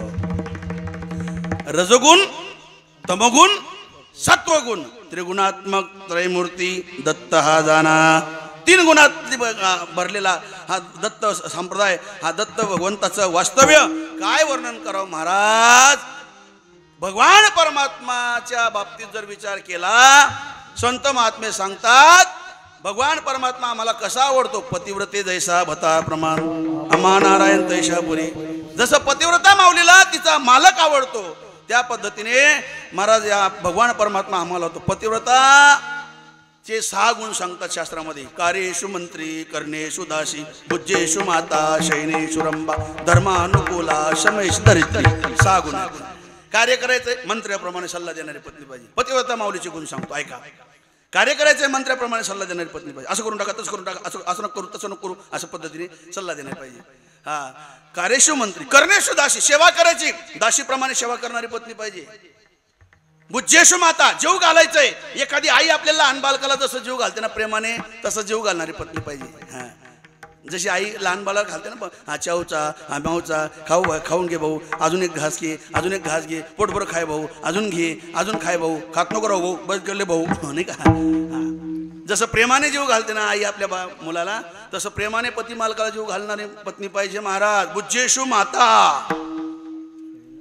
पण आई माऊलीले सवय राहत, तो टणकी टुणकी काम तुन बाहेरतून होणार का, भाजी ना पत्ता नाही, काय करो सुचत नाही, हा माणूस घरमध्ये आण देत नाही, पोऱ्यानं शिक्षण राहायचे, पोरगीन करता स्थळ दखत नाही, लाईट बिल भरानं राहायचे, नाही ना कनेक्शन कटवे गे, हा माणूस कनी कथा फिरत नाही, बाहेर बी निघत नाही, घरगुशी असते, याल कनी अक्कलच. महाराज काय हो, जेवढं राहायचे ना तेवढंच खासतो, जेवढं वाढेल तेवढं, नंतर लेत नाही होतो, उठा मागेला निघा भाऊ. आला ना, धीर द्या, ल्या, पोटभर खा, दगाई जाई, देवाई जाई, नाही देवाय ना ते नाही म्हणाय जाई, पण खा. बुज्जेषु माता, शयनेषु रंभा, धर्मानुकूला, धर्म जागवणारी पत्नी पाहिजे. आणि शमयेषु धरित्री, पृथ्वी मातेमध्ये क्षमा नावाचा गुण आहे महाराज. म्हणून हे 6 गुण ज्या माऊलीमध्ये, ती पतिव्रता तिची देवावरी सत्ता. तुका म्हणे पतिव्रता तिची देवावरी सत्ता. अशा पतिव्रता माऊलींमध्ये अनुसया माता पतिव्रता होऊन गेल्या महाराज. काय घोड चरित्र आहे अनुसया मातेचं. पतिव्रतेचं प्रभाव आणि तिन्ही तालामध्ये भ्रमण करणारे नारद महर्षींनी तिन्ही देवांना सांगितलं, मृत्यू लोकामध्ये अशी एक पतिव्रता माऊली आहे की देव सुद्धा तिचं वर्णन करतात. म्हणून अशी कोण आहे आमच्यापेक्षा, हो तुमच्यापेक्षा आम्ही राहू देणार नाही, ते पतिव्रता नष्ट केल्याशिवाय राहणार नाही. आणि महाराज तिन्ही देवांनी डायरेक्ट मौन धारण केलं. देव घरी आले, देवांनी पाहिलं, आता चेहरा समजून जातो महाराज. घरात पाय टाकल्याबरोबर काय महाभारत शेका रामायणे असं नाही का, लगेच समजून जातो महाराज. चेहरा पाहिला म्हणे काहीतरी घडलेलं आहे. म्हणे काय झालं आज, तिन्ही देव्या मौन आहेत, काय झालं बरं, एकत्रित आहेत, काही उलाढाल आहे का, कारण जो एकत्रित कसं काय जमले बाबा, अशा पद्धतीने महाराज विचारलं. मग सांगितलं, तिन्ही देवांनी सांगितलं, आम्हाला प्रश्न पडलेला आहे, मृत्यू लोकामध्ये अशी कोण पतिव्रता माऊली आहे की ते पतिव्रता माऊली, तिचा पतिव्रतेचा प्रभाव तिन्ही तालामध्ये आणि भ्रमण करणारे नारद महर्षी फिरताय आणि सांगताय, तुम्ही सुद्धा तिची वाखाण करताय, कसं काय, असं कसं शक्य, आमच्यापेक्षाही श्रेष्ठ आहे का. देव तिन्ही म्हणू लागले, म्हणे हो तुमच्यापेक्षाही श्रेष्ठ आहे. आणि मग साठली महाराज, तडपायची मस्तकला पोचली. म्हणे आम्हाला आमचं एक काम करावं लागेल तुम्हाला. म्हणे काय, तिचं पतिव्रता नष्ट करायचं आहे आणि ते तुम्ही काम करा. अजिबात नाही. म्हणजे का, आम्ही एकच गोष्टीला घाबरतो, ते म्हणजे पतिव्रता माऊलीला. सायका, पतिव्रता माऊलीला देव सुद्धा घाबरतो बरं महाराज, देव सुद्धा घाबरतो. हा, पतिव्रतेचा प्रभाव तसा असतो, जाणण्याची क्षमता असते. हा, भगवान विष्णूंना पाषाण करून टाकलं होतं महाराज वृंदेने, लक्षात ठेवा, पाषाण करून टाकलं होतं. सूर्य थांबवू शकते महाराज पतिव्रता माऊली, काय करू शकत नाही. यमाच्या जबाड्यातून मालकाचा प्राण घेऊन येऊ शकते महाराज पतिव्रता माऊली, लक्षात ठेवा. हा, पण प्रभाव तसा पाहिजे महाराज. मग देव म्हणे आम्ही जाणार नाही, आणि आम्ही जर गेलो तर परत येणार नाही, याची दक्षता घ्या. म्हणे नाही नाही, तुम्हाला जावंच लागेल. स्त्री हट्ट, बाळ हट्ट आणि जोग हट्ट पुरवावाच लागतो. तिन्ही देवासना पुढे हात टेकी दिला, जाऊ द्या, जातच आम्ही मना असं म्हणणं. तिन्ही देव जर त्यासना बाईसना पुढे हात टेकी देतो होतीन, आपली काय पडेल शे. हात टेकले, साधूचं रूप घेतलं, गेले महाराज अत्रि ऋषींच्या आश्रमात गेले. आश्रम सुंदर आश्रम, प्रसन्न वातावरण. का? अत्रि ऋषी होती महाराज. अत्रि ऋषी, अनुसया माता, प्रसन्न वातावरण. मोर नाचताय, पक्षी किलबिल करताय, बाजूला नदी वाहते, इतकं सुंदर वातावरण. गेले तिने साधू महात्मे आणि सांगितलं, ओम भवती भिक्षान देवम, ओम भवती भिक्षान देवम, ओम भवती भिक्षान देवम. अलक निरंजन. महाराज अनुसया माता बाहेर आल्या आणि पाहिलं 3 साधू उभे, हात जोडले. म्हणजे महात्माजी सांगा तुम्हाला काय पाहिजे? म्हणले आम्हाला आमच्या इच्छेनुसार भोजन पाहिजे. म्हणले कशा पद्धतीने पाहिजे? देते मी तुम्हाला, स्वयंपाक करते आणि भोजन देते, बसा जेवायला, थोडं थांबा, मी लगेच स्वयंपाक करते आणि देते. म्हणजे असं नाही. म्हणले मग तुम्ही विवस्त्र व्हायचं आणि विवस्त्र होऊन आम्हाला भोजन वाढायचं. महाराज अनुसया माता विचार करू लागल्या, असे कोण आहेत साधू महात्मे? मनामध्ये किंतु परंतु आला नाही बरं का, हो, आणि रागवल्या सुद्धा नाही. पण हे साधू महात्मे कोण आहेत, असं जेवण मागताय?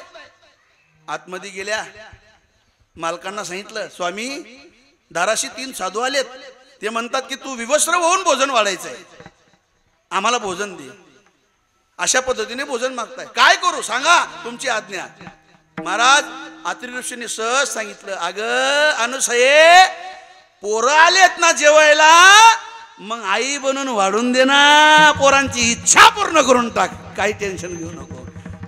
पाणी घेतलं महाराज आणि ते पाणी अनुसया मातेकडे दिलं. कमंडलूतलं पाणी ते अनुसया मातेने घेतलं, बाहेर गेल्या आणि पाणी शिंपडलं. परिणाम छोटे छोटे बालक झाले, गोजिरवानं बालक झाले महाराज. 3 मुलांना उचललं आणि आतमध्ये नेलं. नेल्यानंतर महाराज काय वर्णन करावं महाराज त्या अनुसया मातेच्या आश्रमाचं. अरे जगाच्या ब्रह्मांडाचा धनी 3 देव जर त्या ठिकाणी येऊन गेले तर त्या ठिकाणी काय कमी असेल महाराज, काय कमी असेल? आश्रम गजबज करत होता महाराज, आश्रम गजबज करत होता. प्रकाश, लख प्रकाश पडलेला होता. तिथे फक्त 2च पाहणारे, एक अत्रि ऋषी आणि दुसरी अनुसया माता. महाराज अनुसया मातेने त्या पोरांना घेतलं. अत्रि ऋषींनी पाळणा तयार केला, पाळण्यामध्ये 3 मुलांना टाकलं आणि महाराज 3 मुलांना टाकून अनुसया मातेने त्या पाळणाची दोरी घेतली आणि पाळणा म्हणते, सुतार उत्तमसा तुझसाठी आणीला रे आणीला, पाळणा रंगीत बनविला, सुतार उत्तमसा तुझसाठी आणीला रे आणीला, पाळणा रंगीत बनविला, चहूबाजूने रागो मोर बसविले, मोर बसविले, पाळण्यात बाळणी जविले, चहूबाजूने रागो मोर बसविले, मोर बसविले, पाळण्यात बाळणी जविले, कोण्या सवतीची दुष्ट लागली ग बाई, लागली ग बाई, बाळ आगणित झोपत नाही, निज निज बाळा जोगे देत मी तुझला रे मी तुझला, गाणी गात कंठ माझा सुतला. अलक निरंजन. महाराज सुंदर असा झोका देते. झोका देत असताना महाराज अनुसया माता पुन्हा सांगितले अत्रि ऋषींना, स्वामी तुम्ही बाळांना सांभाळा, मी लगेच येते, स्वयंपाक करते, काही खाऊ घालते त्यांना. महाराज दूध भात जे काही असेल ते आणलं महाराज आणि ते एक एक चम्मच हाताने खाऊ घालते, एक एक घास खाऊ घालते महाराज. एक एक जणाला हाताने स्वतः खाऊ घालत होती माऊली. काय ममत्व असेल महाराज त्या अनुसया मातेचं. अरे तिन्ही देव जिचे मुलं म्हणून आले आणि त्या मुलांना ती माऊली आपल्या हाताने जीव घालते. काय अधिकार असेल महाराज त्या अनुसया मातेचा. विचार करा. काय भक्ती असेल, काय पतिव्रताचं प्रेम असेल महाराज.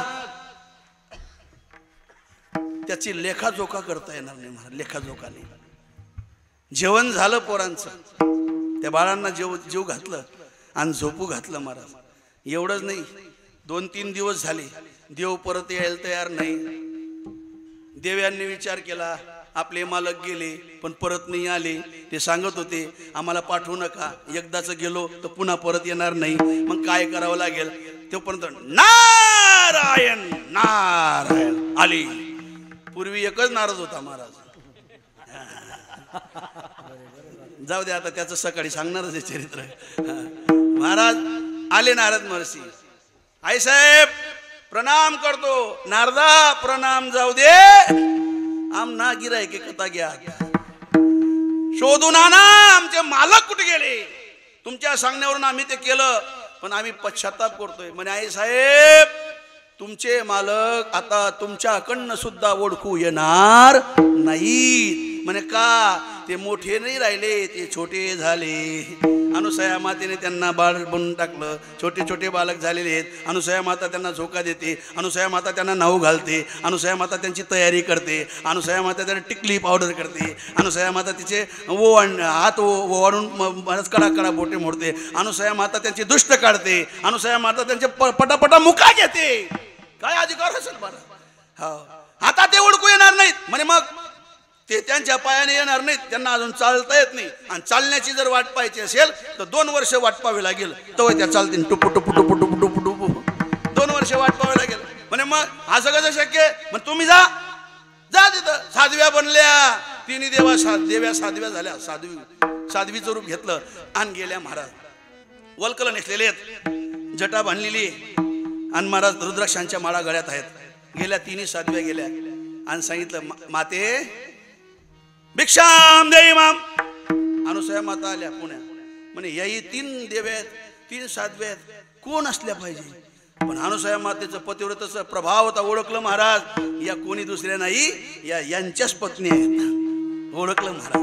म्हणे तुम्ही कशासाठी आल्या. म्हणे आई साहेब असं नका करू, आम्ही क्षमा करा. आम्हाला तुमच्याबद्दल द्वेष मानला मनामध्ये पण तो द्वेष निघाला आमचा.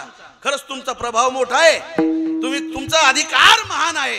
आम्ही तुमच्या पायावर नतमस्तक होतो. 3 देव्या अनुसये मातेच्या पायावर नतमस्तक व्हायला तयार झाल्या. विचार करा काय अधिकार असेल. कोण कोण. महालक्ष्मी होत्या, माता पार्वती होत्या आणि माता सरस्वती होत्या. जे ज्ञानही आहे, जे धनही आहे आणि जी शक्ती आहे महाराज, तिन्ही त्या देवीच्या पायाजवळ, त्या अनुसया मातेच्या पायाजवळ. कशाच्या प्रभावावर. पतिव्रतेच्या प्रभावावर. लक्षात महाराज नतमस्तक होत आहे. क्षमा करा पण आम्हाला आमचे मालक वापस द्या, आमचे पती मालक वापस द्या. मग आत्री ऋषी म्हणू लागले अनुसये देऊन टाक ना जाऊ दे ना. अनुसया माता म्हणते एक काम करा, तुमचे पती मालक आहेत ना, जा बरं ज्यांचे त्यांचे पती मालक ओळखून घेऊन घ्या. पाळणामध्ये झोपले होते महाराज. हो महाराज महालक्ष्मी माता गेल्या. महालक्ष्मी मातेने पाहिलं 3 जणी होते. 3 तिघांकडे पाहिलं. आता हे पडल्या पाळण्यामध्ये हसत होते. म्हणे महालक्ष्मी ज्या अर्थी तुमच्याकडे पाहते भोलेनाथ तुमचा नंबर लागणार आहे, तुमचा नंबर लागणार आहे नाही का. हो महालक्ष्मी मातेने भोलेनाथाला उचललं आणि खांद्यावर घेतलं. खांद्यावर घेतल्याबरोबर हळूच कानामध्ये सांगितलं. म्हणे आई साहेब मी शंकरजी आहे, तुमचा रॉंग नंबर लागला. तिने टाकलं खाली. का. याला कारण आहे. दुसऱ्याचं पतिव्रत नष्ट करायला गेल्या पण स्वतःचं नष्ट व्हायला लागलं होतं महाराज. लक्षात ठेवा. हो विष्णू सोडून शंकरजीला उचललं गेलं. असं काय झालं. पण विनवण्या केल्या. शेवटी अनुसया मातेला दया आली. हातामध्ये पाणी घेतलं आणि पाणी शिंपडलं.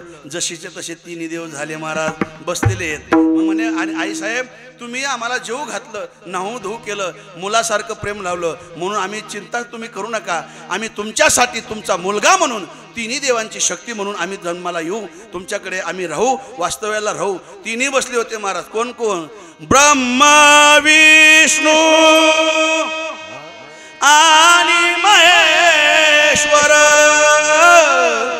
सामोरी बसले मला हे दत्तगुरु दिसले मला हे दत्तगुरु दिसले.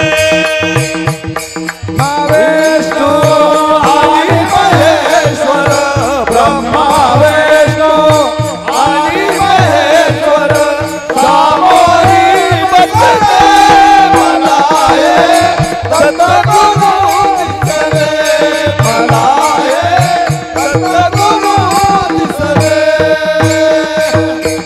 अलग निरंजन आदेश महाराज भगवान गुरुदेव दत्तात्रयांच्या रूपामध्ये महाराज त्रिगुणात्मक 3 गुणांची मूर्ती तयार झाली आणि महाराज ती मूर्ती महाराज भगवान दत्तराय अनुसय मातेच्या या आश्रमामध्ये प्रकट झाले. आयोनी संभव आणि अवतार घेतला महाराज. आणि त्या दत्तप्रभूंनी हा संप्रदाय इतका मोठा केला. नाथांना चालना दिली, नाथांना दीक्षा दिली, नवनाथ संप्रदायाला पुढे करून इतर संप्रदाय असे वाढले. शेवटी आता गिरनार पर्वतावर आजही दत्ताचं स्थान आहे. आजही त्या ठिकाणी भिक्षा मागून खाल्ली जाते आणि आजही गिरनार पर्वताची प्रदक्षिणा केली जाते महाराज. एक तेवढं वास्तव्य महत्त्वाचं आहे, एक लक्षात ठेवा. मग महाराज सांगतात की या गुरुदेव दत्तांनी 24 गुरु केले. मग गुरु पाहिजे जीवनामध्ये महाराज. मग तो गुरु असू द्या, सद्गुरू असू द्या, जगद्गुरू असू द्या किंवा श्रीगुरू असू द्या.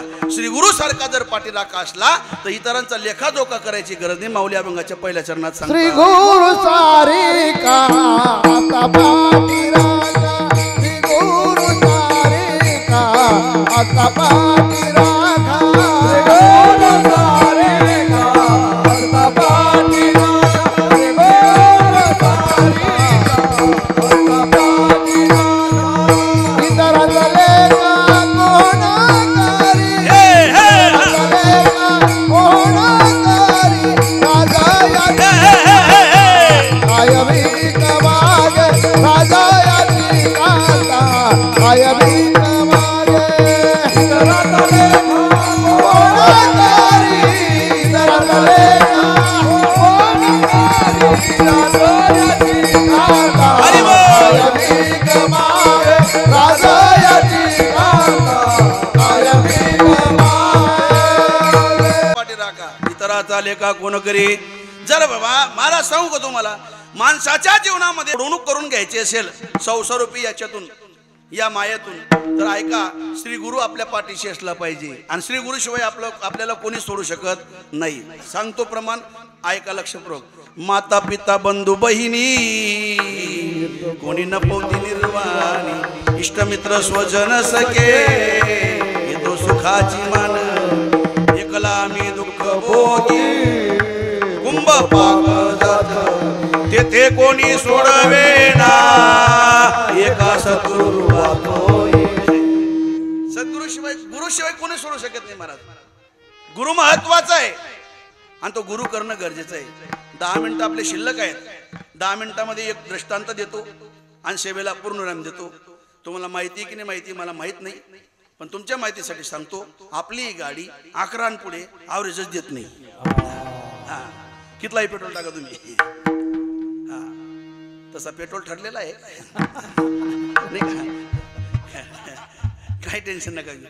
पण वेळेच्या आत वेळेवर हा वेळेवर महत्वाचं आहे. का? व्याधी असते शरीराला. 2 तास लोक बसू शकत नाही. 2 काय 2.5 तास बसतात, 2.5 तास काय 3 तास बसतात. पण पायाला मुंग्या आल्या, पाय उचल, हात टेक, हात उचल, पाय टेक, उल थपाल चालू राहते उडदाच्या पापडासारखा. आता उलटा वाकडा तिकडा, ऐकायला चित्त लागत नाही. ब्रह्मज्ञान सांगा तुम्ही. शरीराची व्याधी असते म्हणून व्याधी व्हायच्या आपटून घ्यायचं. अरे 15 मिनिटं जेवायला बसलो तरी पायाला मुंग्या येतात. इथं 2 तास बसलंय महाराज. सोपं आहे का? ऐका, श्री गुरु शिवाय आपल्याला जीवनामध्ये कोणी सोडू शकत नाही. ते कोणी सोडवेना, एका सद्गुरु वाचवणे. एक नगरी होती आणि त्या नगरीच्या बाहेर सीमेवर एक गुरु आणि शिष्य यांना चातुर्मास काढायचा होता. चातुर्मास काढण्यासाठी ते फिरत होते. कोणत्या नगरीला जावं? एक नगरी सापडली. त्याला वाटलं की या नगरीच्या सीमेवर आपण झोपडी बांधायची आणि नगरीमध्ये राहायचं. ती नगरी होती अंधेरी नगरी. बेबूद राजा, टक्काशीर भाजी, टक्काशीर खाजा. बेबूद राजा बिगर बुद्धीचा राजा होता. राजाला भेजाच नाही होता, बिगर भेजाचा राजा. हा, अंधेरी नगरी होती. गेले महाराज, झोपडी बांधली. गुरुजीने शिष्याला सांगितलं 5 रुपये घे आणि या नगरीत जाईन बाजार करून आण. दुकानावर गेला तो शिष्य. का हो, तेल काय भाव? 1 रुपये किलो. साखर काय भाव? 1 रुपये किलो. उडदाची डाळ 1 रुपये किलो. माठ 1 रुपये किलो. तुराची डाळ 1 रुपये किलो. तांदूळ 1 रुपये किलो. तो म्हणे सर्व वस्तूंचा भाव सारखाच का? तो दुकानदार म्हणे सर्व वस्तू खाल्ल्याने पोटच भरणार आहे म्हणून भाव सारखा. अंधेरी नगरी, अंधेरी नगरी होती. 5 रुपयाच्या 5 किलो वस्तू घेतल्या. एवढं मोठं गाठोडं बांधलं. आला शिष्य.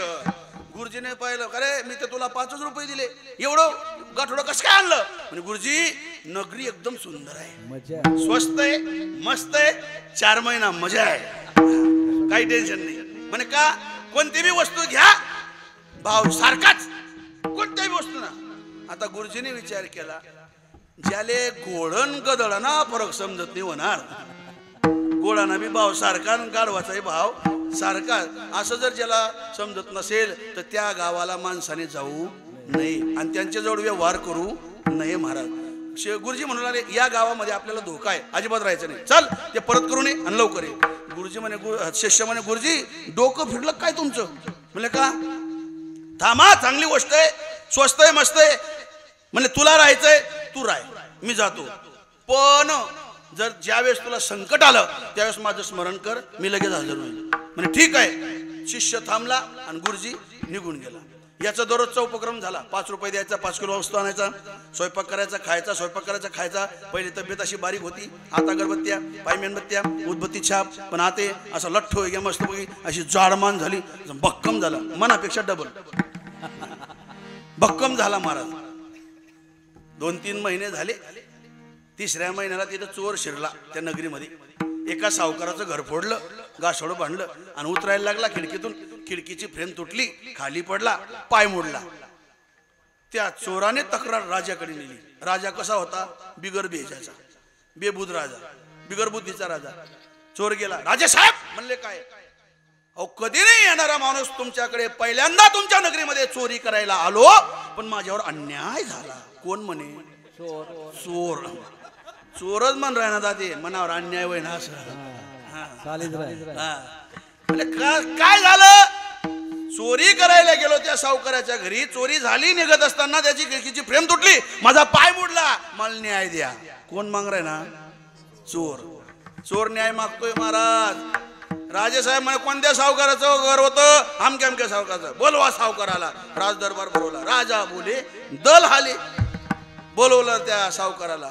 बेबूद राजा होता, बिगर बेजाचा. सावकार, तुमच्या घराची खिडकीची फ्रेम तुम्ही व्यवस्थित बसवली नाही. म्हणे काय झालं? बिचारा चोर चोरी करायला तुमच्या घरी आला, जसा उपकार करायला होता तो. चोर चोरी करायला आला, पण त्याच्यावर अन्याय झाला, त्याचा पाय मोडला खिडकीची फ्रेम तुटल्यामुळे. सावकार हुशार होता. मग आता काय करावं लागेल राजे साहेब? तुम्हाला शिक्षा भोगावी लागेल. म्हणे काय शिक्षा? म्हणे त्यांना पाय मोडणं म्हणून तुले फाशीने शिक्षा. कोणले? सावकारले. कोण दिराय ना? राजा. कसा होता? बिगर बेजाना. बिगर बेजाना काम असंच राहत. फाशीची शिक्षा. सावकार हुशार होता. राजे साहेब म्हणले, काय यात माझा दोष नाही? म्हणे मग आमचे गवंडी कामवालेत ना. म्हणे मग त्या गवंडी कामवाल्यांनी खिडकीची फ्रेम व्यवस्थित बसवली नाही म्हणून फ्रेम तुटली. बोलवा गवंडीला. बोलवलं. गवंडी हुशार होता. आणि राजे साहेब म्हणे मग यात माझा दोष नाही. म्हणे मग कोणाचा दोष आहे? आमचा माल कालवणारा बिगारी आहे ना, त्या बिगाऱ्याचा दोष आहे. त्याने माल कालवणारा व्यवस्थित सिमेंटने पकड धरली म्हणून फ्रेम तुटली. बोलवा. बोलवलं. तो बिगारी हुशार. बिगारी कारागीर ठेकेदारपेक्षा बिगारी हुशार असतो. तो इंजिनियरला शिकाडस. कोण? बिगारी. अनुभव ज्ञान असतं ना, त्याला अनुभव जास्त असतो. इंजिनियर सांगा असं नाही रावसाहेब, ते असं नाही, असं करणं पडी. तो रावसाहेब म्हणे, मी शिकेलचे का तू? अरे तू फक्त डिग्री पुरता शिकेलची. त्याने अनुभव घेतलाय महाराज. अनेक बितळा पाडीन बनाडेल त्यांनी. महाराज त्याच ना मन माझं होणं ना महाराज. त्यातले जर मन चांगलं राहणं फ्रेश राहणार आनंद राहणार त्यातले जर खावा खोवायला दिलं मस्त नाश्ता पाणी चहा पाणी वेळेवर दिलं तर घर मालकाचं घर असं सजवतात ना ते एकदम अपडेट सजवतात मला हां आणि जर 2-3 दिन नाश्ता बंद करल्या तुम्ही तर अर्धी थैली ना माल संडासची टाकी मग जाओ का राहो अवघड आहे महाराज सोपनी बरं का चतुरदादा आमच्या बघा लक्षात घ्या महाराज बिगारी हुशार होता म्हणे राजे साहेब म्हणे काय माझा दोष नाही म्हणे मग जे मिस्त्री दादा आहेत ना त्यांनी फ्रेम बनवली ना मिस्त्री दादानी चुकी मिस्त्री दादा बारीक होता बोलवलं मिस्त्रीला म्हणे मिस्त्री दादा नावीलाच झाला मिस्त्री म्हणे मला काही ऑप्शन नाही निष्ठायला काय करू याला फाशीची शिक्षा द्या मग ठीक आहे नेलं शिपायाने फाशीच्या ठिकाणी गळा फास होता मोठा मिस्त्री दादा होता बारीक गळा फास टाकला अख्खा अंग महिनिंग घ्या गेले राजाकडे राजे साहेब म्हणे काय या मिस्त्री दादाला गळा फास बसत नाही मग आता काय करू राजा म्हणे झाले बटस होई त्याले दी टाका फाशी कोणाला शोधायचं शोधताय गावाच्या सीमेवर झोपडीमध्ये हा शिष्य मस्त जेवण करून झोपला होता मस्त झोपला गेले महाराज तिथे पाहिलं म्हणे माप बन गिरे गे उचला म्हणे कोठे न गुच्चुपास झाल आपण कोठे फाशी कोणाला तुला का बरं आमले माहित नाही आणि लटलट करायला लागला ना महाराज काय करावं गुरुजी सांगत होते ऐकलं नाही आपण महाराज नेलं फाशीच्या ठिकाणी गळा फास टाकला तंत बसला बरोबर बसला राजे साहेब बसला द्या त्याला फाशी महाराज तो म्हणे हो तुमच्याकडे मरणाऱ्या माणसाची शेवटची इच्छा विचारली जात नाही का म्हणे जाते म्हणे मग काय तुझी इच्छा म्हणे मला माझ्या गुरुला एकदा भेटायचंय म्हणे ठीक आहे काय हरकत नाही काढला फास आणि त्याने हाक मारली गुरुला आले गुरुजी तयार झाले गुरुजी म्हणतात का रे सांगितलं होतं ना तू ऐकलं नाही गुरुजी काय बोलणं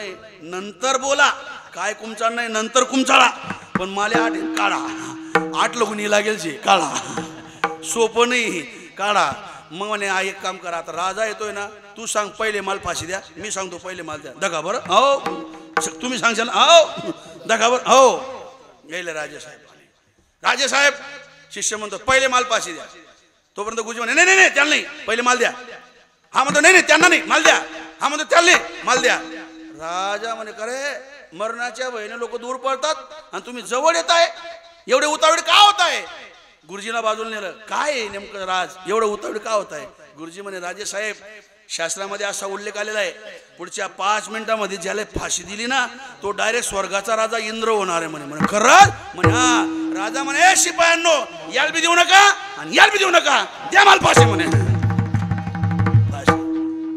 ते कोणी सोडवे ना एका सद्गुरु वाचोने सद्गुरु शिवाय सोडू शकत नाही महाराज म्हणून गुरु करणं महत्वाचं आहे श्री गुरु सारे का असता पाठी राखा इतराचा लेखा कोण करी जर झालं तर मग एखाद्या राजाच्या पत्नीने कधी भीक मागितली का राजा याची कांता काय भीक मागे मनाची आरोग्य सिद्धी पावे किती जरी झालं तर कल्पतरूचं झाडासारखं संत महात्मेत जर बसलं तर त्याला काही कुठल्या गोष्टीची उणीव राहत नाही काय वर्णन करावं कल्पतरूचं तळवटी जो कोणी बसला काय वानू त्याला सांगा जोजी मला सांगतात की याच्यापेक्षा मी अनुभव घेतला ज्ञानदेव माने तरलो तरलो ज्ञानदेव माने तरलो तरलो ज्ञानदेव माने तरलो तरलो ज्ञानदेव माने तरलो तरलो आता उतरला गुरु तुमे आता उतरला गुरु तुमे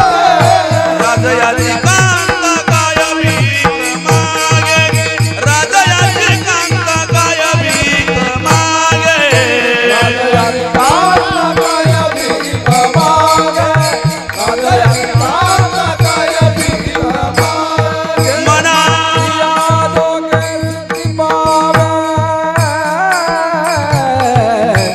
मनात या जोगे सिद्धि पावे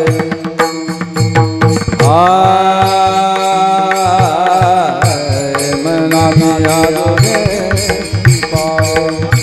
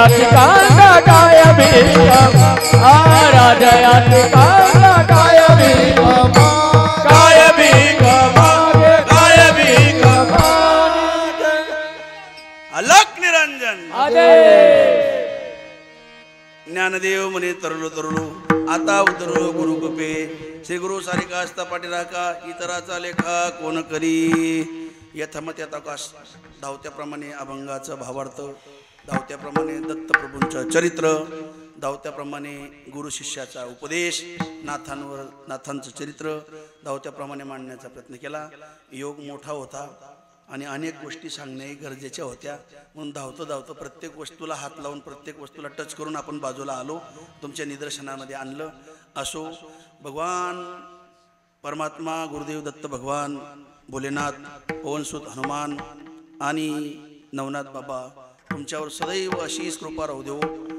तुम्हाला खूप सद्बुद्धी देऊ दीर्घ आयुष्य बनवू असं मी त्यांच्या चरणी प्रार्थना करतो सर्वांचे आयोजकांचे या ठिकाणी हार्दिक आभार मानतो मदनपुरा भजनी मंडळाचे हार्दिक आभार मानतो आणि आजच्या शिवेला या ठिकाणी पूर्णविराम देतो संप्रदायाच्या नियमाप्रमाणे सर्वांनी एकदा हाताने टाळी आणि मुखानं गोड चिंतन करा विठोबा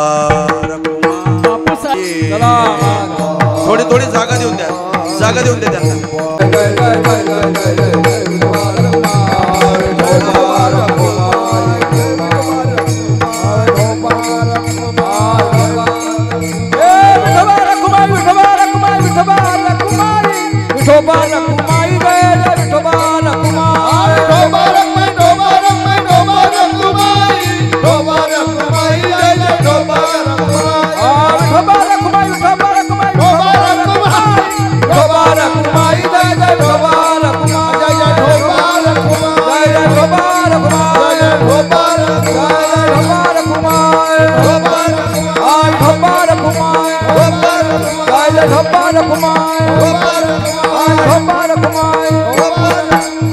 ज्ञानेश्वर माऊली ज्ञानराज माऊली माऊली ज्ञानेश्वर माऊली ज्ञानराज माऊली माऊली ज्ञानेश्वर माऊली ज्ञानराज माऊली माऊली ज्ञानेश्वर माऊली ज्ञानराज माऊली माऊली ज्ञानेश्वर माऊली ज्ञानराज माऊली माऊली ज्ञानेश्वर माऊली ज्ञानराज माऊली ज्ञानेश्वर माऊली ज्ञानराज माऊली माऊली ज्ञानेश्वर माऊली